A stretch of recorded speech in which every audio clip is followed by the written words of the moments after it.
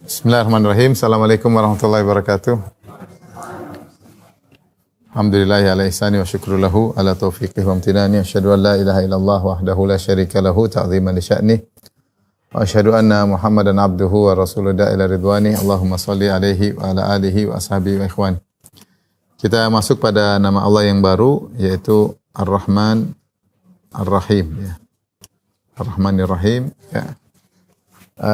Dua nama yang spesial karena setiap kita baca surat Al-Quran maka selalu dibuka dengan Bismillah Ar-Rahman Ar-Rahim. Tentu Allah adalah nama yang utama. Kemudian Allah disifati dengan dua nama yang indah, yaitu Ar-Rahman Ar-Rahim, ya.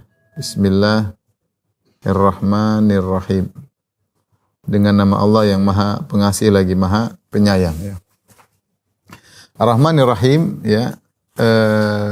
Sebagaimana kita jelaskan bahwasanya kedua nama ini berasal dari sifat Ar-Rahmah, ya. Jadi nama Allah ini mengandung sifat Ar-Rahmah, itu kasih sayang. Ar-Rahmah, kasih sayang.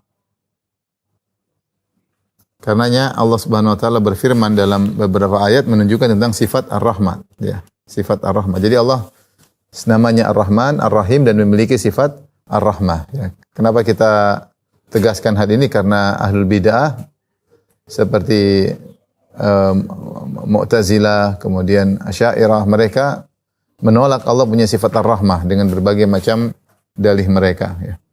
Di antaranya seperti firman Allah Subhanahu wa taala, wa rabbukal ghafuru dzur rahmah. Dzur rahmah, ya. Dan dialah Allah Subhanahu wa taala yang Maha Pengampun, pemilik Ar-Rahmat, pemilik kasih sayang. Jadi namanya pemilik kasih sayang atau yang punya kasih sayang. Dzu artinya yang punya, ya. Yang punya kasih sayang. Kemudian juga firman Allah Subhanahu wa taala menunjukkan Allah punya sifat Ar-Rahmah. Allah berfirman, wa rabbuka al-ghaniyyu dzur rahmah. Dialah Allah Subhanahu wa taala yang maha kaya, dan memiliki rahmat, Demikian juga Allah berfirman dalam ayat yang lain, Rabbana wasi'ta kulla syai'in rahmatan wa ilma.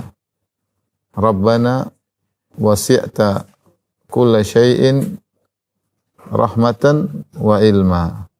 Ya Allah, sungguhnya Engkau meliputi segala sesuatu, rahmatmu meliputi segala sesuatu, ilmumu juga meliputi segala sesuatu, yaitu rahmatmu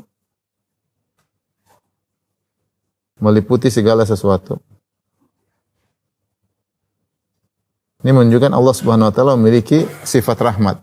Contoh lagi yang berikutnya, wasi'at kulla syai'in rahmatan wa ilma, ya. Wa rahmati wasi'at kulla syai'in. Kata Allah Subhanahu wa taala,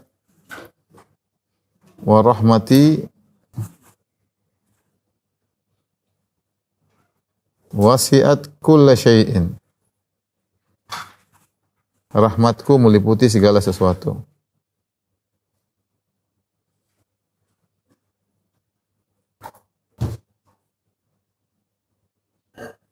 Meliputi segala sesuatu. Jadi para ulama sepakat bahwasanya nama Ar-Rahman, nama pertama, dan nama kedua Ar-Rahim semuanya berasal dari sifat Ar-Rahmah. Ar-Rahmah itu kasih sayang, ya.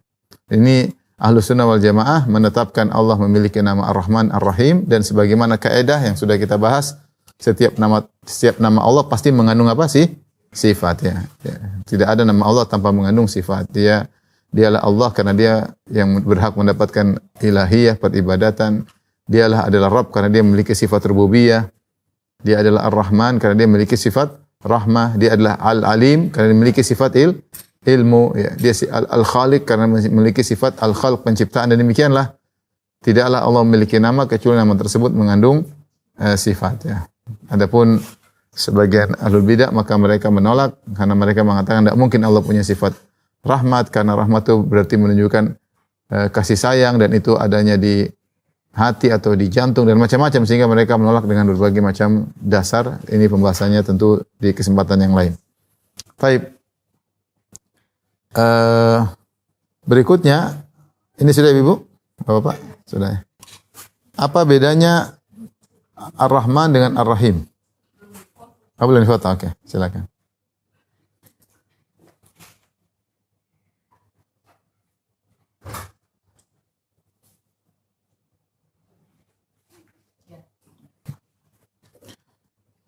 Apa bedanya Ar-Rahman dan Ar-Rahim? Ya. Ar-Rahman dan Ar-Rahim dan Ar-Rahman dan Ar-Rahim. Secara apa namanya wazan atau timbangannya dari Ar-Rahman dari fa'lan.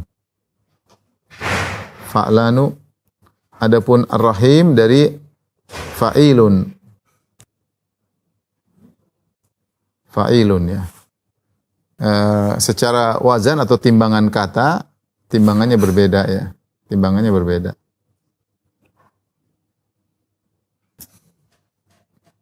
Berbeda memberi isyarat ada beda nama ya. Tentu kalau bahasa Arab memang kalau timbangan beda menunjukkan ada beda makna.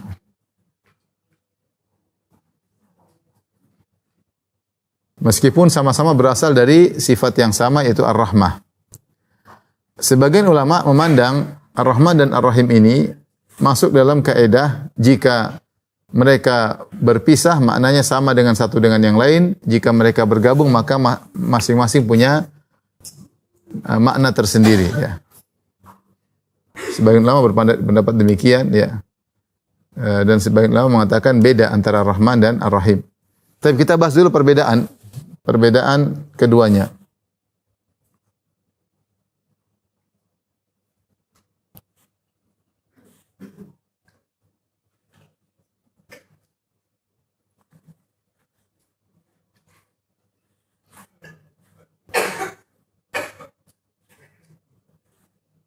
Ar-Rahman, Ar-Rahim. Baik. Ar-Rahman hanya boleh untuk nama Allah. Tidak boleh selain Allah bernama dengan Ar-Rahman. Khusus untuk Allah. Kalau Ar-Rahim, selain Allah boleh bernama Ar-Rahim. Selain Allah boleh. Seperti Allah mensifati Nabi Muhammad SAW, laqad ja'akum rasulun min anfusikum azizun 'alaihi ma 'anittum harisun 'alaikum bil mu'minina raufur rahim. Nabi SAW disifati dengan bil mu'minina raufur rahim, ini sifat Nabi, bil mu'minina raufur rahim. Rasulullah itu sangat sayang kepada kaum mukminin. Ini selain Allah boleh Ar-Rahim. Adapun Ar-Rahman hanya buat untuk Allah. Kita enggak boleh kita tidak boleh berkata Rasulullah Rahman sama kita, enggak boleh. Ya, kita hanya boleh bilang Rahim. Seperti kita sifati orang, oh, itu ayah orang itu Masya Allah Rahim banget, sangat sayang sama anaknya. Rahim, sangat rahmat, sangat kesayang sama orang miskin. Boleh kita mensifati manusia dengan Rahim. Meskipun ada orang yang nekat menamakan dirinya Ar-Rahman seperti Musailimah Al-Kadzdzab. Musailimah Al-Kadzdzab menamakan dirinya dengan Rahman Al-Yamamah, Rahmanul Yamamah ya. Musailimah Al-Kadzdzab, nabi palsu, menamakan dirinya Rahmanul Yamamah. Rahman Al-Yamamah. Karena dia berasal di daerah Yamamah, di daerah Najd, sehingga dia menamakan saya Rahman di bagian yang. Tapi ini tentu adalah hal yang salah ya, karena Ar-Rahman hanya untuk Allah Subhanahu wa taala. Tapi ini Ar-Rahman dan Ar-Rahim. Adapun perbedaan tentang Ar-Rahman dan Ar-Rahim ya, selain dari sigah timbangan ya. Jadi ini disepakati perbedaan pertama, kemudian perbedaan kedua disepakati oleh para ulama bahwasanya timbangannya berbeda. Yang kedua tadi selain Allah boleh, selain adapun untuk Ar-Rahman hanya untuk Allah Subhanahu wa taala. Kemudian para ulama khilaf tentang perbedaan Ar-Rahman dan Ar-Rahim secara spesifik ya. Ini yang khilaf ya. Khilaf ulama. Ada beberapa pendapat, di antaranya 3 pendapat. Yang pertama, mengatakan bahwasanya Ar-Rahman mencakup seluruh makhluk.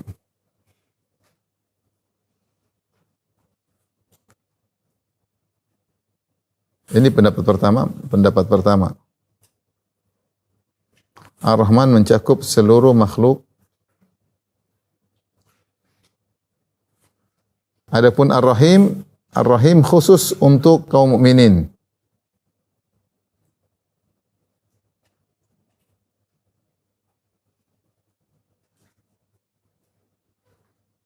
Makanya ketika Allah Subhanahu berfirman misalnya Ar-Rahman 'allamal Qur'an, khalaqal insan, 'allamahul bayan, asy-syamsu wal qamaru bihusban. Ketika Allah menyebutkan tentang sifat Ar-Rahman, Allah sebutkan nikmat-nikmat. Allah sebutkan nikmat-nikmat Allah yang Allah berikan kepada seluruh makhluk. Karena rahmat Allah meliputi orang-orang kafir, orang beriman, Allah kasih semuanya ya. Allah kasih semuanya ya.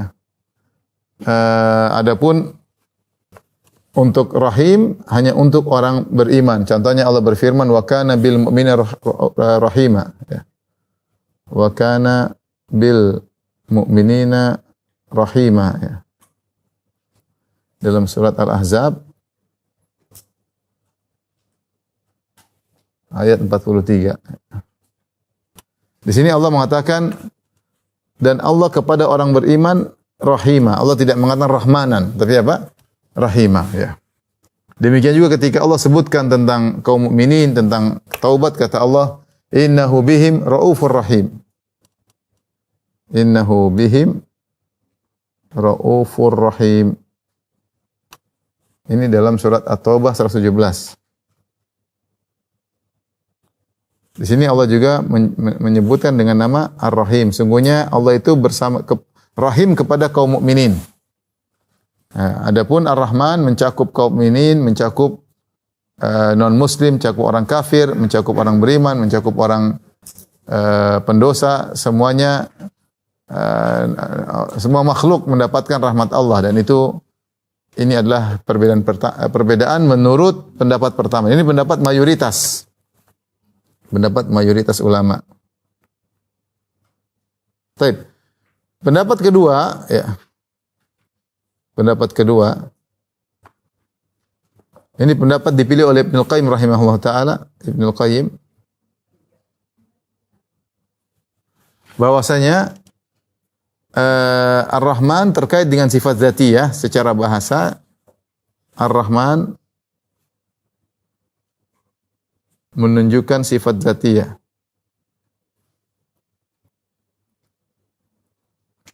Maksudnya Allah itu penuh dengan kasih sayang. Maksudnya itu Allah Allah Maha Penyayang, memiliki sifat zatiyah. Zatiyah itu yang ada pada diri Allah. Memiliki sifat Maha Penyayang. Maha Penyayang. Makanya dengan wazan fa'lan. Fa'lan itu menunjukkan imtila, bahwasanya kasih sayang Allah sangat besar, sangat luas. Bahwasanya Allah memiliki sifat Maha Penyayang yang sangat luas dan sangat besar ya. Sangat luas dan besar. Jadi ketika bilang Ar-Rahman terkait dengan sifat yang ada pada zat Allah. Adapun Ar-Rahim terkait atau menunjukkan rahmat Allah kepada makhluknya, menunjukkan rahmat Allah kepada makhluknya.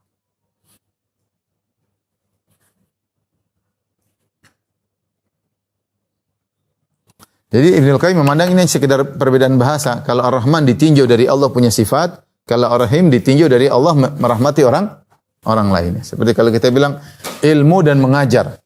Ilmu misalnya kita bilang kalau ilmu berarti orang itu punya ilmu. Tapi kalau dia bilang mu'allim berarti mengajarkan ilmu kepada orang lain ya. Seperti Ar-Rahman maksudnya adalah Allah Maha memiliki sifat rahmat.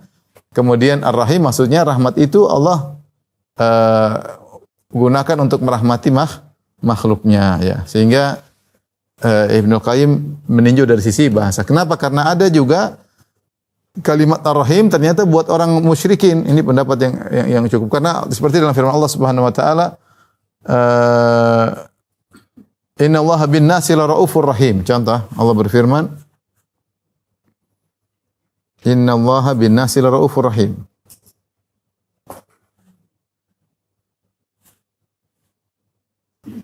Innallaha bin nasi la raufur rahim. Ini dalam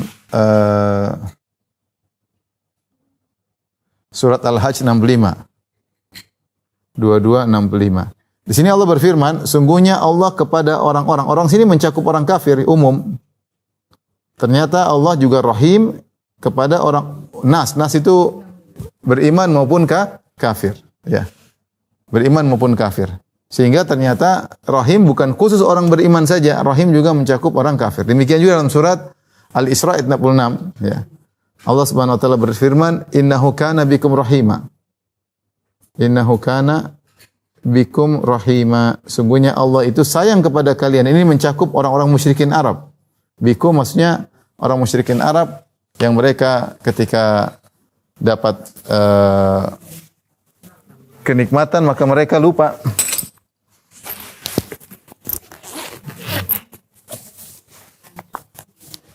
Al-Isra ayat 66.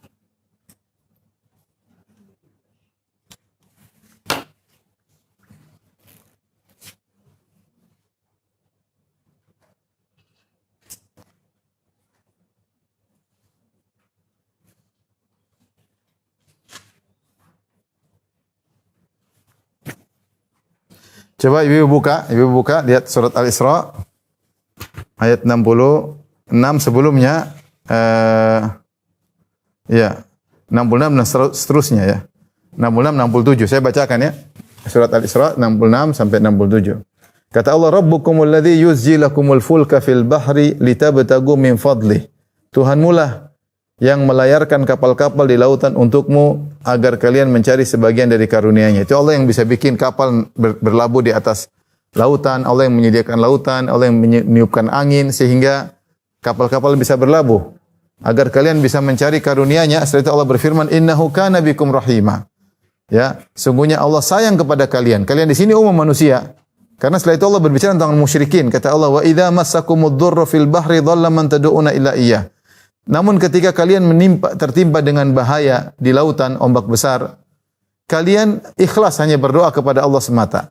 Falamma najjakum ilal bari a'ratum. Tapi kalau kalian sudah selamat dari ombak tersebut, kalian sudah selamat sampai ke darat, kalian syirik lagi. Wa kanal insanu kafura. Sungguhnya manusia itu suka kufur. Maka di sini bikum kepada kalian maksudnya umum.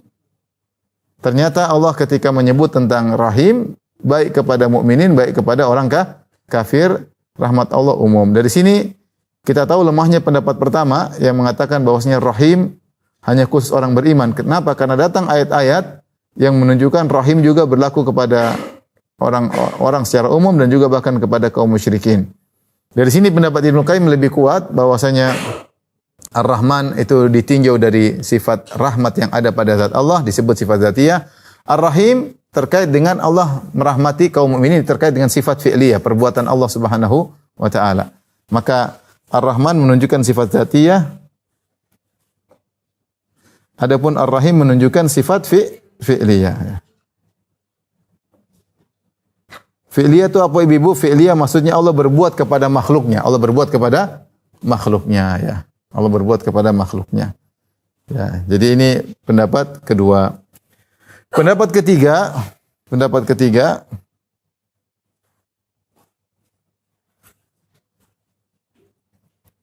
ini juga dinukil oleh para ulama dalam kitab Tafsir At-Tabari. Pendapat ketiga bahwasanya Rahman terkait dunia dan akhirat. Ar-Rahman adalah rahmat Allah di dunia dan akhirat.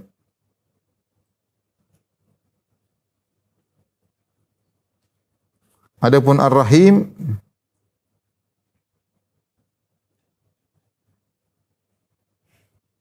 terkait rahmat Allah pada hari kiamat kelak.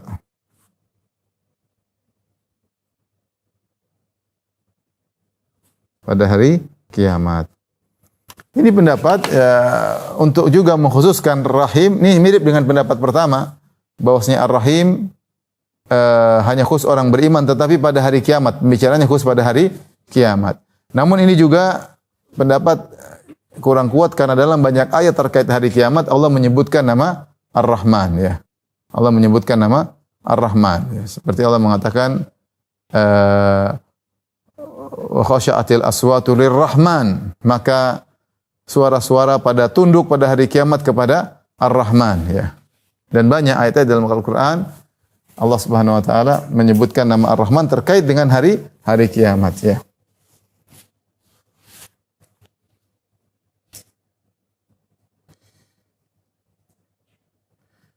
In kullu man fis samawati wal ardi illa atir rahmani abda. Bahwasanya seluruh yang di langit dan bumi akan datang pada hari kiamat kelak menuju Allah, menuju Ar-Rahman sebagai hamba.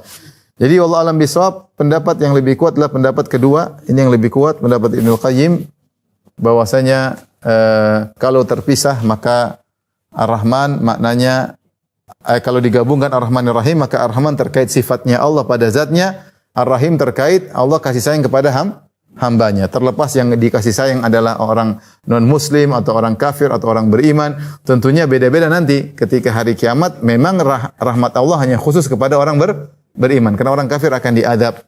Orang kafir akan diadab. Di dunia pun rahmat Allah berbeda-beda. Rahmat ada yang spesifik, ada yang khusus, ada rahmat umum.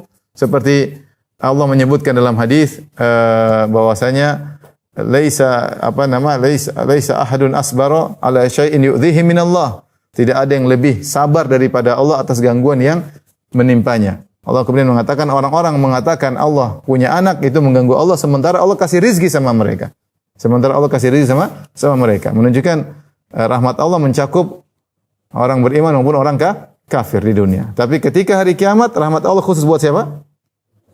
Buat orang-orang beriman. Kemudian juga rahmat Allah terkait dengan orang beriman, kalau Allah kasih rizki, dia semakin dekat dengan Allah. Terkadang Allah kasih berupa rizki kepada orang kafir, mereka semakin jauh dari Allah Subhanahu wa taala. Tapi ini bisa dipahami Ibu? Ya, nanti lihat pas ujian, ya. Kalau pengakuan tidak cukup, harus ada pembuktian.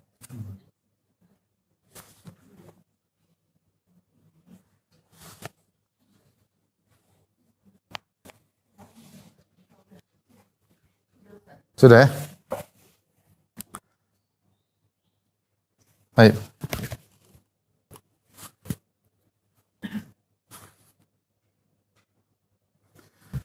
Ada pendapat yang mungkin saya boleh katakan pendapat keempat, ya. Pendapat keempat menyatakan, ya, pendapat keempat terkait Ar-Rahman dan Ar-Rahim, bahwasanya idza ijtama'a, kaidah idza ijtama'a iftaraqa wa idza iftaraqa ijtama'a.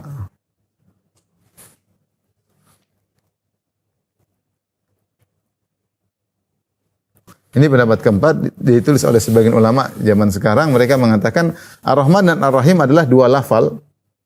Dua lafal yang jika berpisah maka kedua lafaz tersebut maknanya sama. Maka keduanya sama maknanya. Dan jika bergabung, jika dua lafal tersebut bergabung, maka masing-masing beda maknanya dengan yang lain. Masing-masing beda maknanya dengan yang lain. Ini kaidah, dan seperti dalam syariat banyak contoh, ya, contoh dalam syariat. Contoh misalnya albir wa taqwa, albir wa taqwa. Albir wa taqwa kalau disebutkan sendiri albir, kalau digabungkan, jika digabungkan albir maksudnya kebajikan, melakukan kebajikan. Takwa maksudnya meninggalkan maksiat. Ini contoh. Seperti firman Allah, wa ta'awanal birri wat taqwa. Hendaknya kalian tolong menolong dalam kebajikan dan ketakwaan. Ditolong menolong dalam melakukan kebajikan dan tolong menolong dalam meninggalkan maksiat. Tetapi kalau disebut saja albir, maka albir yang mencakup takwa.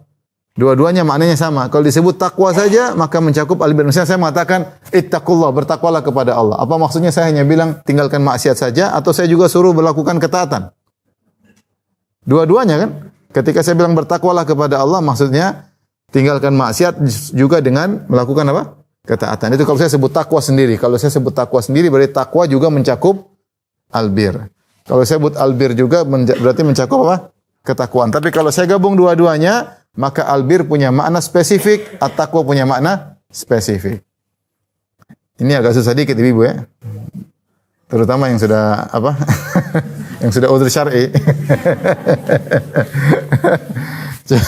Jadi dalam syariat ada dua lafal. Lafal itu kalau disebut sendiri mencakup yang lainnya.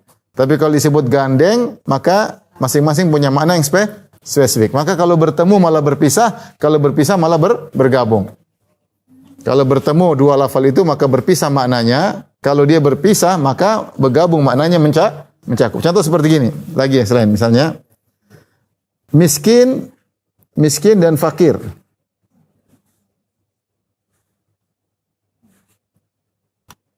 Fakir miskin. Sering dengar kan?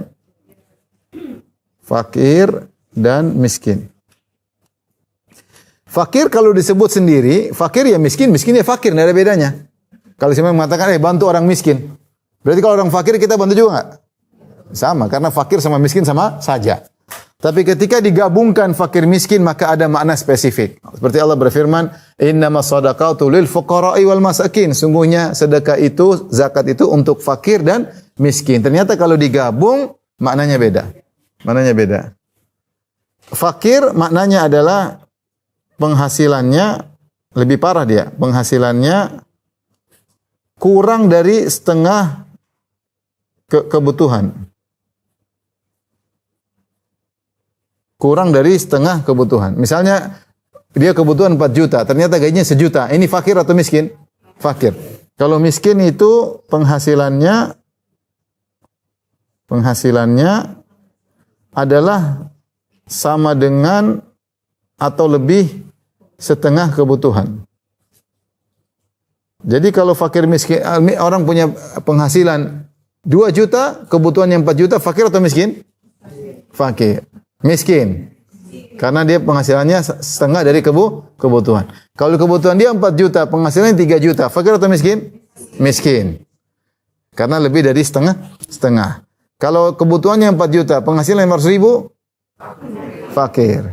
Kalau kebutuhannya 4 juta, penghasilan 10 juta? Kaya.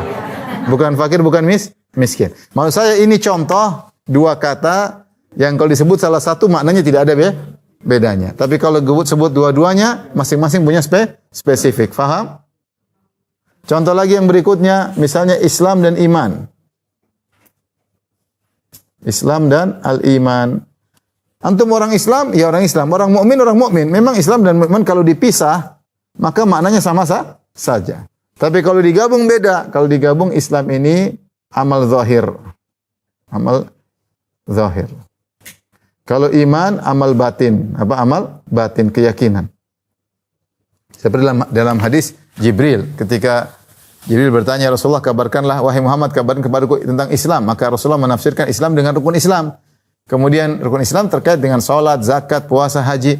Ketika Rasulullah ditanya, ya Muhammad kabarkan kepadaku tentang iman, maka Rasulullah mengabarkan tentang amal batin, iman kepada Allah, malaikat, kitab-kitabnya, rasulnya, hari kiamat, takdir, ya ini amal batin. Tapi kalau dipisah, Islam sama dengan iman. Di antaranya menurut pendapat ini seperti sebagian nama-nama Allah, seperti itu juga sebagian nama-nama Allah. Mereka bilang seperti contoh Ar-Rabb dan Al-Ilah. Ar-Rabb dan Ilah ini kalau masing-masing spesifik, kalau disebut gabung maknanya spesifik, tapi kalau pisah maknanya sama saja. Seperti Ar-Rahman dan Ar-Rahim. Seperti misalnya kata mereka Al-Khabir dan Al-Alim. Kata mereka ini nama-nama kalau dipisah sendiri-sendiri, maka al-khabir ya alim, al-alim artinya khabir. Tapi kalau gabung baru ada nama makna spesifik. Sama dengan Ar-Rahman Ar-Rahim. Ar-Rahman Ar-Rahim ini kalau disebut Ar-Rahman saja ya sama dengan Ar-Rahim. Kalau disebut Ar-Rahim saja sama dengan Ar-Rahman. Tapi kalau digabung baru ada makna spesifik yang tadi kita sebutkan di awal, 3 pendapat tadi. Al-Khabir, Ar-Rabb dan Al-Ilah. Ini pendapat. Ada makalah ilmiah itu oleh Syekh Dr. Khalid bin Muhammad Ar-Rabah ya, di salah seorang dosen di Jami'ah Al-Majma'ah di Zulfi, nulis tentang masalah ini bahwasanya di antara nama-nama Allah yang kalau dia disebut sendiri mencakup makna yang lain, tapi kalau gabung maknanya jadi berbeda adalah Ar-Rahman dan Ar-Rahim. Ini pendapat. Baik, kita lanjut. Paham sini Ibu?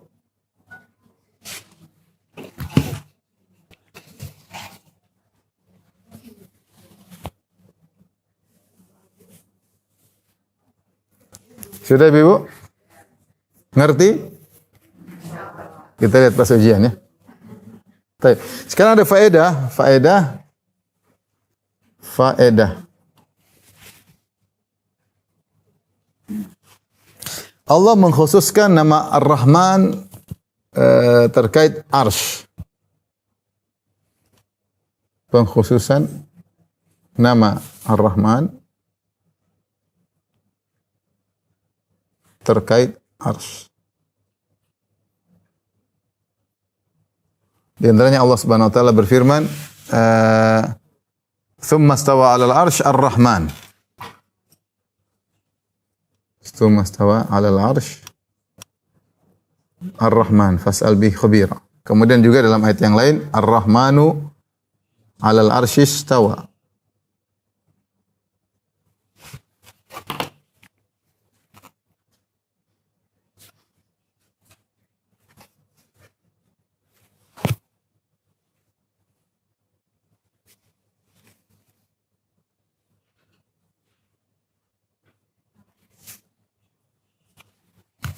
Yang pertama surat Ar-Rahman ayat 50, surat Al-Furqan 59, ini 25 ayat 59. Saya bacakan.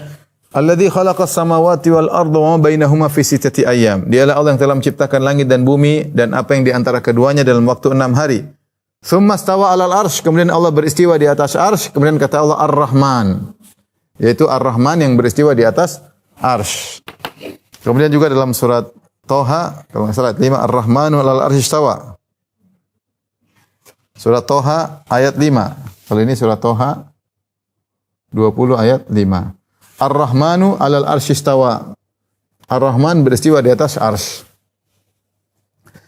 Faedah, Allah Subhanahu wa taala disebutkan oleh Ibnu Katsir rahimahullah taala, setelah Allah menyebutkan Allah menciptakan langit dan bumi apa di antara keduanya, baru Allah mengatakan Allah beristiwa di atas arsy, yaitu setelah seluruh proses penciptaan, setelah seluruh proses penciptaan,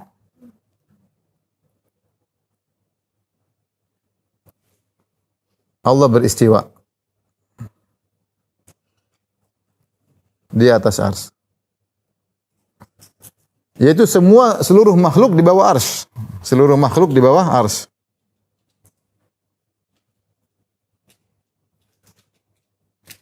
Karena arsy adalah makhluk tertinggi. Arsy adalah makhluk tertinggi ya.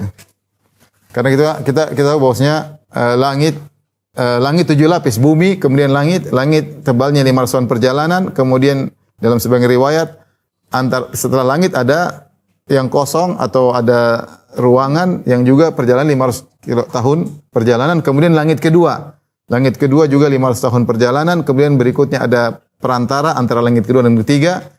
Langit ketiga juga 500 tahun perjalanan, kemudian ada perantara antara 500 tahun perjalanan juga langit ketiga, langit keempat. Makanya disebut samawat mutafasilah, bahwasanya langit itu tidak langsung langit pertama, langit kedua nempel, tapi langit pertama, kemudian jarak, langit kedua, jarak, sampai langit ke-7. Langit ke-7, yaitu ada air, setelah air baru kemudian ada arsy. Jadi arsy adalah makhluk yang tertinggi. Allah beristiwa di atas arsy. Setelah Allah ciptakan langit dan bumi dengan bersama isinya, maka Allah beristiwa di atas arsy, kata Ibnu Katsir, untuk menunjukkan Allah mengatur seluruh yang di bawahnya. Allah mengatur seluruh yang di bawah arsy dan dia berada di atas. Semua makhluk yang semua manusia, hewan, laut, ikan, hewan, semuanya ciptaan siapa? Ciptaan Allah. Dan Allah berada di atas arsy, di luar alam semesta, dan Allah mengatur seluruh apa yang di bawahnya.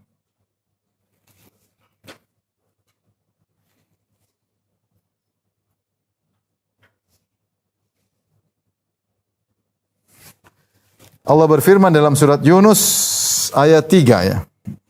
Di antaranya Quran surat 10 ayat 3. Kata Allah, "Inna rabbakumullahu alladzi khalaqas samawati wal arda fi sittati ayyamin tsumma stawa 'alal arsy." Dialah Rabb kalian Allah yang telah menciptakan langit dan bumi dalam waktu 6 hari, kemudian beristiwa di atas arsy, yudabbirul amr. Kemudian Allah mengatur segala urusan. Allah mengatur segala urusan. Jadi semua yang di bawah Allah, Allah yang atur. Ya. Sama dalam banyak ini surat, dalam juga surat yang sama, surat Yunus ya. Enggak, dalam surat Ar-Ra'd surat 13 juga sama ya. Kata Allah, "Tsumma stawa 'alal arsy wa sakhkhara asy-syamsa wal qamar kullu yajri li ajalin musamma yudabbirul amr." Dalam surat Ar-Ra'd juga 13 ayat 2 ya. Allah juga berfirman dalam surat As-Sajdah, ayat surat 32 ayat 5, kata Allah, yudabbirul amra minas sama'i ilal ardi. Dialah yang mengatur segala urusan dari langit sampai ke bumi ya. Jadi semuanya Allah atur. Baik. Ini di antara faedah Allah menyebutkan Ar-Rahman beristiwa atas arsy, bahwasanya seluruh proses setelah proses penciptaan Allah beristiwa di atas apa? Arsy. Kemudian kenapa disebut Ar-Rahman secara spesifik? Di antara faedahnya adalah untuk memberi ketenangan kepada makhluk bahwasanya meskipun Allah Maha Tinggi, Maha Hebat, Maha Kuat, tapi Allah Maha Penyayang. Untuk menenangkan makhluk bahwa Allah meski Maha Tinggi,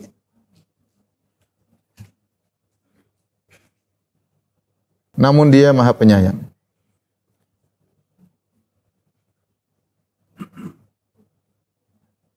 Karena kesannya kalau sudah Maha Tinggi, kalau manusia, kalau sudah tinggi biasanya sombong atau tidak? Sombong. Allah Maha Besar, Allah Maha semuanya, Allah juga Al-Mutakabbir. Dia kalau mau, Allah juga Maha Besar, mau bilang Maha sombong terserah, karena semuanya milik Allah Subhanahu wa taala.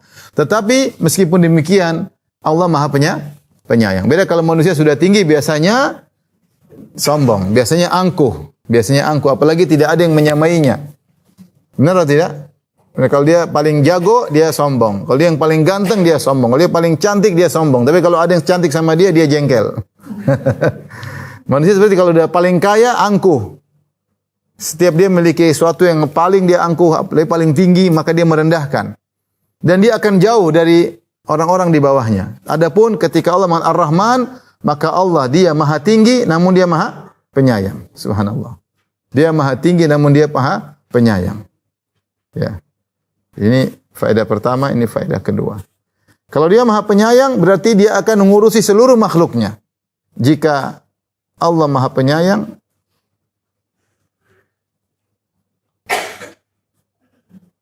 dia akan urus seluruh makhluknya.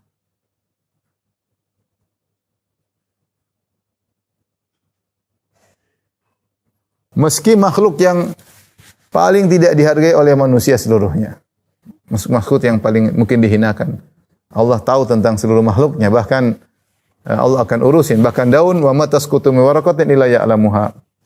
Tidak daun yang jatuh kecuali Allah mengetahui. Tapi faedah berikutnya yang keempat, ya. Bawahnya disebut nama Ar-Rahman karena datang dalam sebagian hadis untuk menunjukkan rahmat Allah apa namanya mendahului murkanya. Rahmat Allah mendahului murkanya. Jadi hukum asal Allah Maha Penyayang dalam hadis, dan ini terkait dengan arsy. Saya bacakan ya dalam hadis.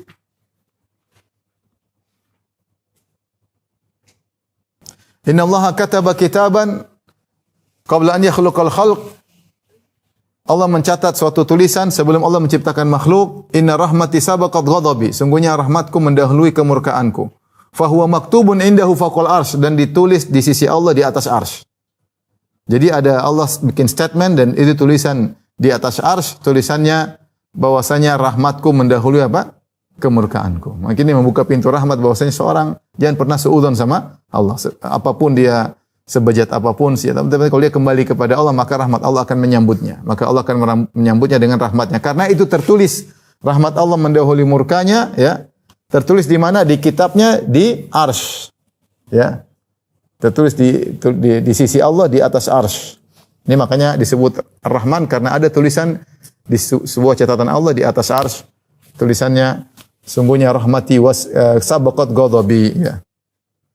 Rahmati sabaqat ghadabi. Yaitu maknanya rahmatku mendahului apa? Murkaku. Kemudian di antara faedah, ya, karena hanya Allah yang di atas arsy, maka menggunakan nama Ar-Rahman karena semua makhluk tidak boleh bernama dengan Ar-Rahman, ya. Karena Allah yang Maha Tinggi,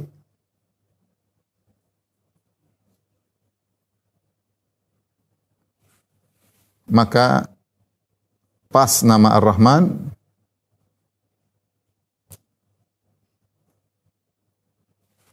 yang tidak boleh bagi makhluk.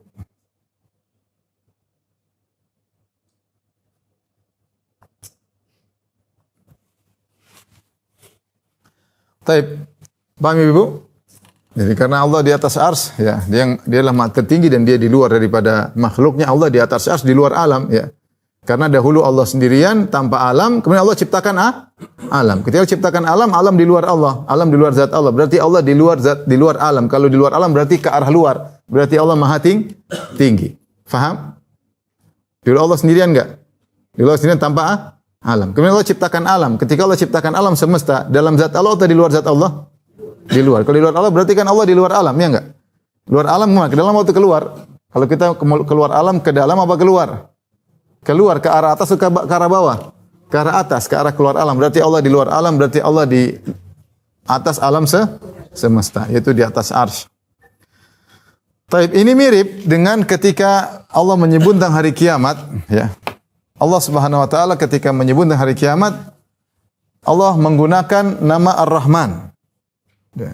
Karena hari kiamat adalah hari yang sangat mengerikan sehingga seorang sangat mudah takut pada dirinya dan takut kebinasaan.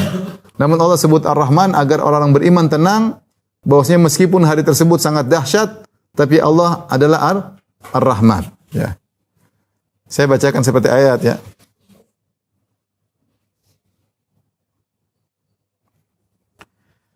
Seperti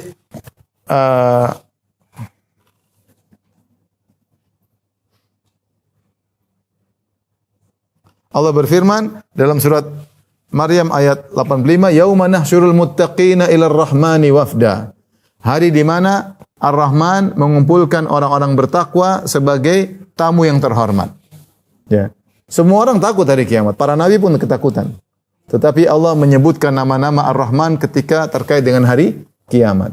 Karena saat itulah orang-orang beriman benar-benar mengharapkan rahmat Allah. Sehingga mereka meskipun dalam ketakutan, mereka masih memiliki harapan. Berbeda kalau hari kiamat Allah tidak menyebutkan nama Ar-Rahman, hanya mengatakan Allah Al-Jabbar, Allah adalah Al-Qawi yang maha kuat, Al-Qahhar, ya. Orang ketakutan. Hanya takut murni. Tapi ketika Allah menyebutkan namanya Ar-Rahman terkait dengan hari kiamat, maka orang beriman masih punya apa? Harapan. Bahwasanya meskipun hari tersebut sangat dahsyat, tapi Allah Maha Penyayang. Sama dalam surat Maryam ayat 93, In kullu man fis samawati wal ardi illa atir rahmani abda. Seluruh yang di langit dan di bumi akan datang kepada Ar-Rahman pada hari kiamat sebagai hamba. Dan ini banyak dalam Al-Qur'an ya. Seperti tadi, wa khasyatil aswatu lirrahman, maka seluruh suara akan tertunduk. Nah, ada yang berani ngomong ketika pada hari kiamat. Tunduk kepada siapa? Kepada Ar-Rahman yang Maha Penyayang. Dan kita semua sangat berharap kasih sayang Allah ketika pada hari kiamat. Kita ingin aib kita ditutupi, kita ingin kita diampuni, ya. Kita ingin kita dimasukkan surga, berbagai macam harapan kita kita utarakan kepada Allah Subhanahu wa taala dan dia berhak untuk kita berharap darinya karena Allah adalah Ar-Rahman. Ar-Rahman di hari yang sangat dahsyat. Saya katakan ini mirip seperti Allah menyebutkan nama Ar-Rahman ketika bercerita tentang hari kiamat.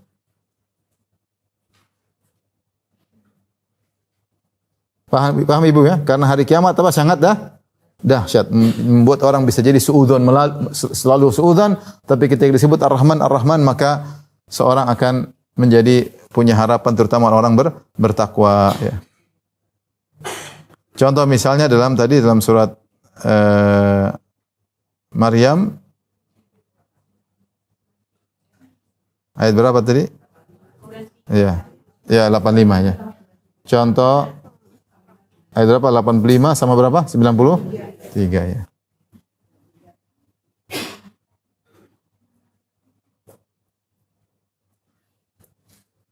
Sebenarnya surat An-Naba 37-38. Surat An-Naba 78 ayat 37 sampai 38. Saya bacakan. Rabbis samawati wal ardi wa ma bainahuma ar-Rahman la yamlikuna minhu khitaba.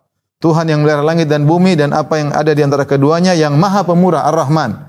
Mereka tidak dapat berbicara dengan dia pada hari kiamat, semua enggak ada yang berani ngomong. Tapi Allah sebut dia adalah Ar-Rahman yang Maha Penyayang. Yauma yakumur ruhu wal malaikatu saffa. Pada hari kiamat ketika ruh yaitu malaikat Jibril dan seluruh malaikat berdiri bersaf-saf. La yatakallamuna illa man adzina lahu Ar-Rahman. Tidak ada yang berani bicara kecuali yang diizinkan oleh siapa? Ar-Rahman wa qala suwaba. Ini hari kiamat ngeri. Tetapi Allah memberi sifat dia dengan apa? Ar-Rahman. Ya. Jadi untuk agar meskipun hari sangat mengerikan, seorang masih bertakwa kepada Allah dan berharap kepada Allah Subhanahu wa taala. Tapi Ibu, bahan ujian semakin banyak ya. Hah? Terlalu tepat ya, itu dia. Makanya itu. Terus bagaimana? Mau diulang lagi? Saya minta maaf kepada ibu-ibu ya. Kepada bapak-bapak juga. Mohon maaf. Nanti kalau putar rekamannya YouTube, bikin 0,5 kecepatannya. Jadi biar bisa paham.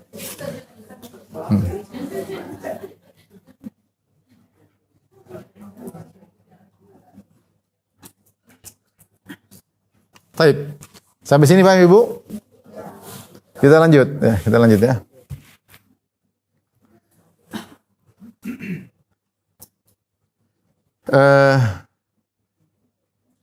Sekarang kaidah-kaidah terkait rahmat Allah.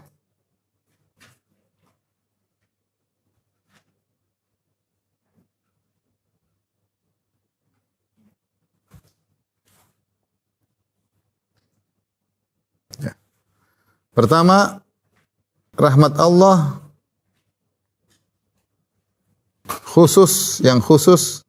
rahmat Allah ada yang umum, ada yang khusus, terbagi dua. Ada umum, ada khusus.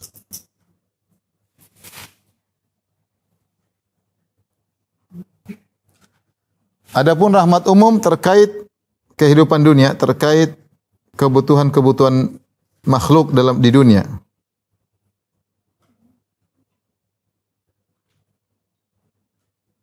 Di dunia. Seperti saya mengatakan, Rasulullah bersabda, la ahada asbaru ala adhan yasma'uhu minallah azza wa jalla. Tidak ada yang lebih sabar atas gangguan yang dia dengar daripada Allah.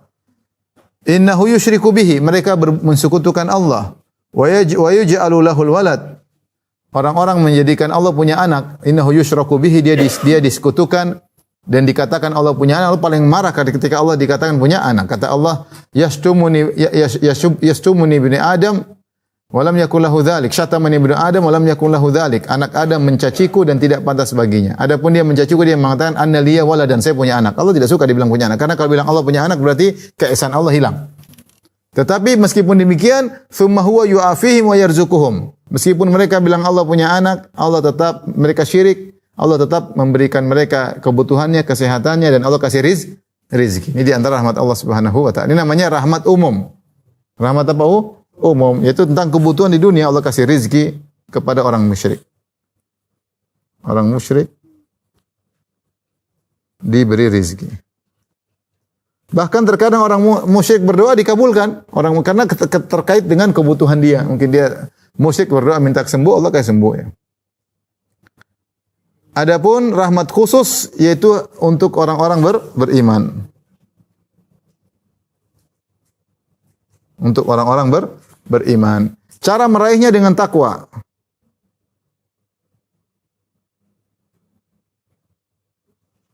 Nah, rahmat khusus ini ciri-cirinya apa?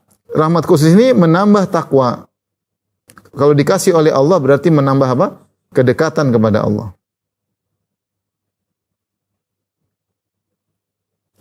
Cara meraihnya dengan takwa. Caranya banyak untuk meraih rahmat Allah, seperti Allah berfirman, Inna rahmatallahi qaribun minal muhsinin. Ya. Quran surat 7 ayat 56. Orang yang baik dirahmati Allah. Orang yang ihsan, yaitu yang baik, suka menolong orang lain, dirahmati Allah. Ayat 56. Iya, surat Al-Araf. Inna rahmatallahi qaribun minal muhsinin. Kata Allah, rahmat Allah dekat dengan orang-orang yang suka berbuat baik, suka nolong orang, tentunya yang ikhlas ya. Contoh juga mendirikan salat, membayar zakat, dan taat kepada Rasulullah dirahmati ya. Quran surat 24:56. Yaitu yang salat, bayar zakat, dan taat kepada Rasulullah akan dirahmati oleh Allah Subhanahu wa ta'ala. Ini contoh diraih dengan takwa. Contoh juga misalnya Allah berfirman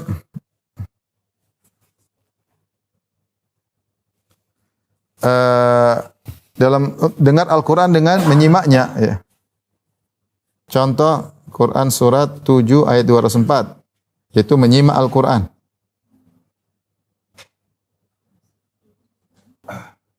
Kata Allah Subhanahu wa taala, "Wa idza quri'al Qur'an fastami'u lahu wa ansitu la'allakum turhamun." Jika dibacakan Quran, maka dengarlah dan simaklah. Semoga kalian dirahmati oleh Allah Subhanahu wa taala. Dan seperti ini banyak menunjukkan bahwasanya dengan takwa akan dirahmati. Wa atiullah war rasul la'allakum turhamun. Taatlah kepada Rasulnya, semoga kalian dirahmati. Ya. Seperti mengikuti Al-Quran, fattabi'uhu wattaqu la'allakum turhamun. Ikutlah Al-Quran, kalian akan dirahmati. Ya, dan ini banyak ya.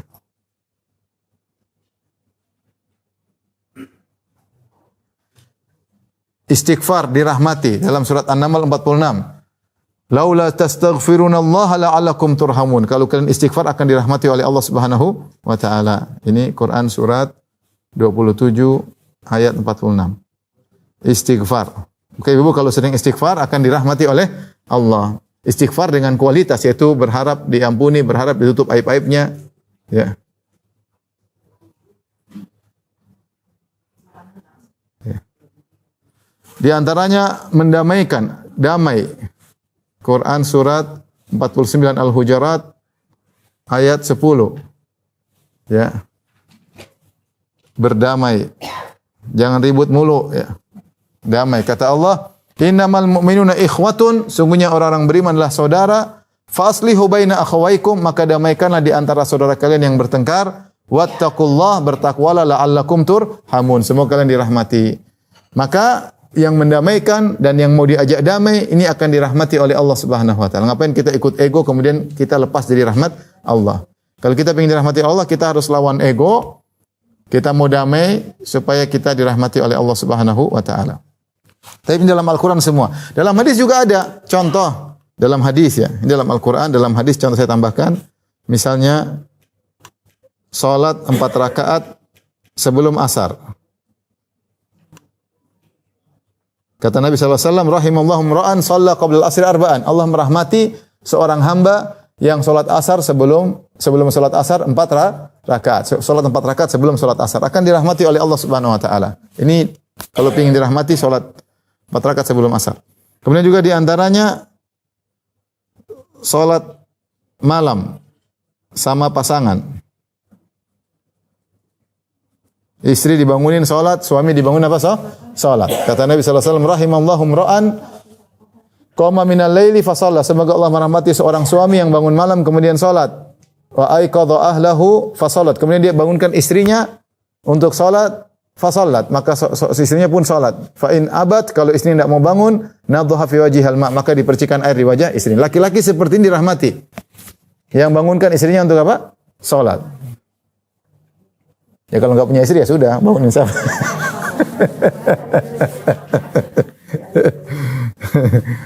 Dan sebaliknya, rahimallahu imra'atan, semoga Allah merahmati seorang wanita, seorang istri, qamat minal lail, bangun malam, kemudian dia salat. Wa aiqadhat zaujaha, kemudian dia bangunkan suaminya fa shalla. Kemudian suaminya pun salat. Fa in aba nadhahat fi wajhil ma. Kalau suaminya enggak mau bangun, dia percikan air di wajah suaminya. Kata Rasulullah sallallahu alaihi wasallam, fa in shalla ya jami'an, kalau dua-duanya salat, kutiba minadz-dzakirin Allah katsiran wa dzakirat, maka keduanya dicatat sebagai para lelaki yang banyak mengingat Allah dan wanita yang banyak mengingat Allah. Maka di antara ingin dapat rahmat Allah supaya rumah berkah, bangun malam ya. Jangan bangun malam nonton bola, nonton sinetron, enggak. Bangun malam untuk salat. Hidup ini kita cari rahmat Allah. Dan masuk surga dengan apa? Rahmat Allah. Maksudnya kalau rahmat kita dapat rahmat banyak, surganya tinggi. Kalau istrinya percikan haid boleh. Sama iya. Kalau suaminya enggak sholat dia yang dapat dirahmati. Kalau suaminya bangun dua-duanya dapat rahmat. Tapi dengan lembut ya, bukan dengan gayung ya, dengan sayang gitu. Ulang lagi. Air ya, bukan dengan kopi, air. Kita mau dirahmati Allah ya, begitulah. Ya, berjuang, saling kerjasama untuk dekat dengan Allah Subhanahu taala. 4 rakaat bisa dua-dua, bisa 4 langsung. Seperti sholat asar juga. Niatnya yang beda. Ya. Taib. Yang kedua, ya. Rahmat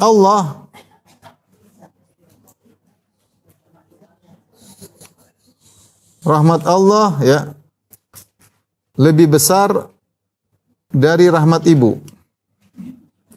Rahmat ibu kepada anaknya. Makanya Allah mengatakan wa huwa arhamur rahimin. Arhamur rahimin. Dialah Allah yang Maha Penyayang dari orang-orang yang menyayangi ya. Ya, khairur rahimin dalam ayat yang lain anta khairur rahimin. Khairur rahimin.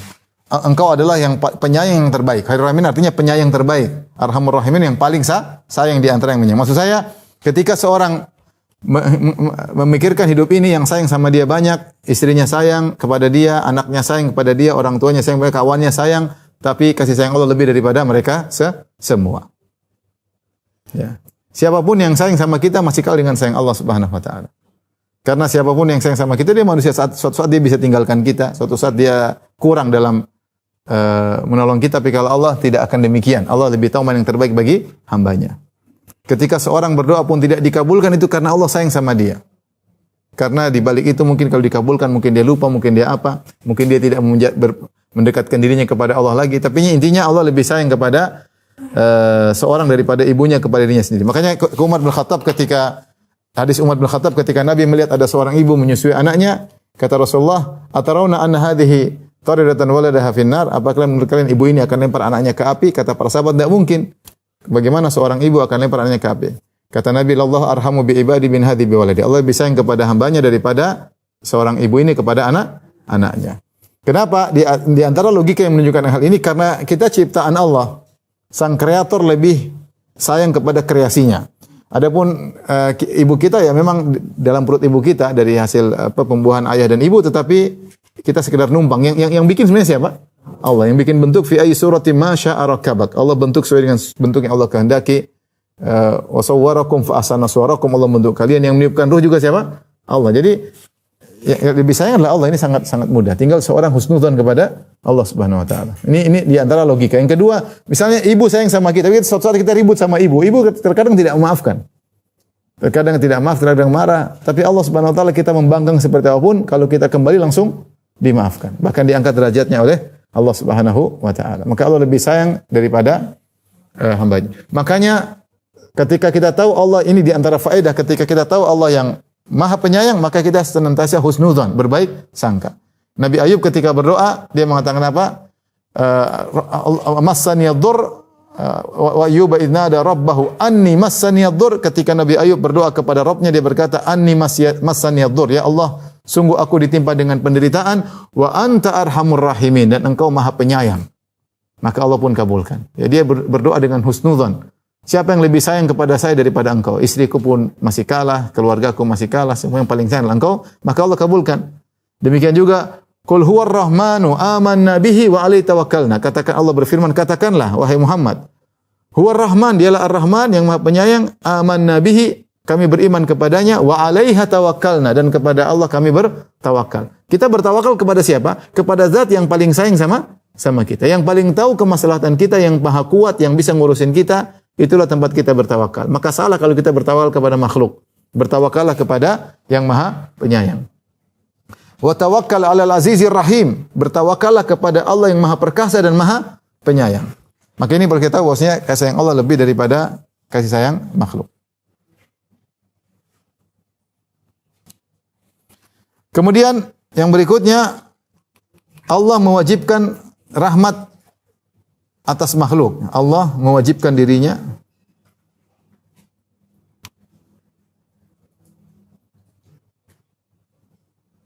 untuk sayang kepada makhluk.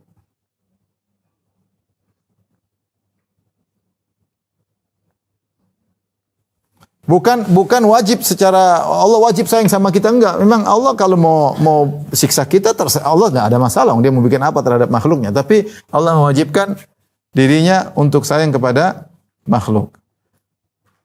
Kataba ala nafsihir rahmah. Kata Allah, kataba ala nafsihir rahmah.